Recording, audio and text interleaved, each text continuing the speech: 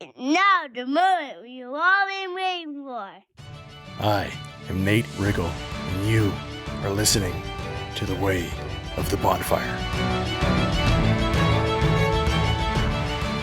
All right, glad you're back. Let's dive right in. There's two powerful questions that I want to share today for shifting perspective. And I just want to keep this super simple so it sticks with you. There's a movie called The Bridge of Spies. It's got Tom Hanks as this defense lawyer for a Soviet spy that gets captured. And that's played by Mark Rylance. He's like an older man, kind of got that wise voice. And so it was pretty endearing. Like the character who he's representing is just this calm, wise old man who's basically a Soviet spy. And Tom Hanks is his defense lawyer. And while they're preparing, he says to the spy character, he says, most people want to send you to the electric chair, you know. And the spy doesn't really react. And Tom Hanks says, are you not alarmed? And he looks up with this kind of wise old twinkle in his eye, and he says, would it help?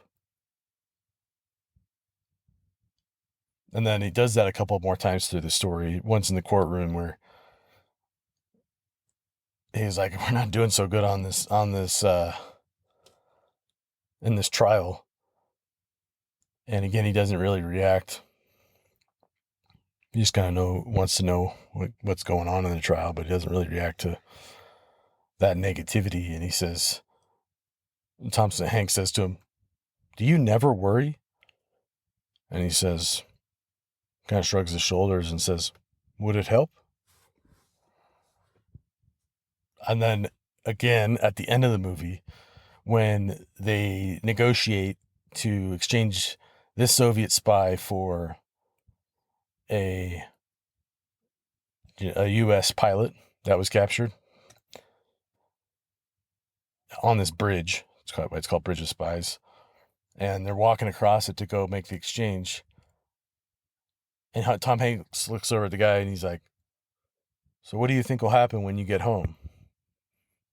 And he responds, have a vodka. And Tom Hanks says, but Rudolph, is there not the possibility that... And he interrupts him. He's like, that my people are going to shoot me. And Tom Hanks says,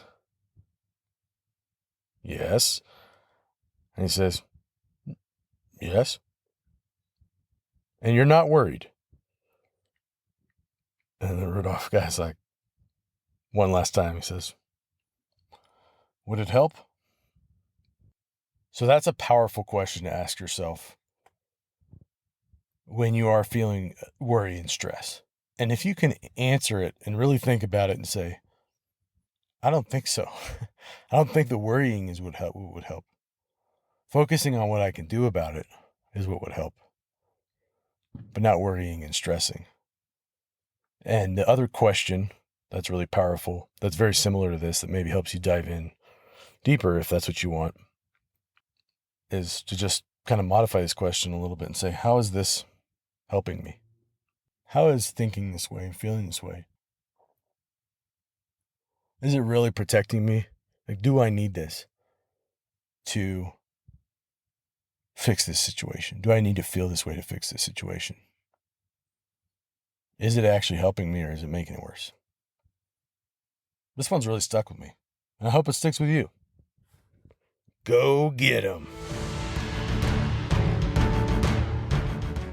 Hey, thanks for listening to this episode. I love the chance to make your day better in some way, whether that ends up being just a quick reset that you needed to change things up, or even just a laugh or some fresh perspective. If you're getting value out of it, can you please do me a favor and share it with someone else? Because as more people find and listen to the show, I'm able to bring more good stuff more often. It is the fuel to the bonfire.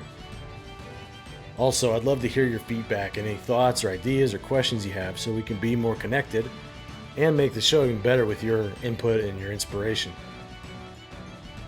The quickest way to do that is to send a message to my Instagram handle at Way of the Bonfire, which is also included in the show notes. And if you just want to avoid accidentally scrolling on social media, you can send me an email at nate@wayofthebonfire.com.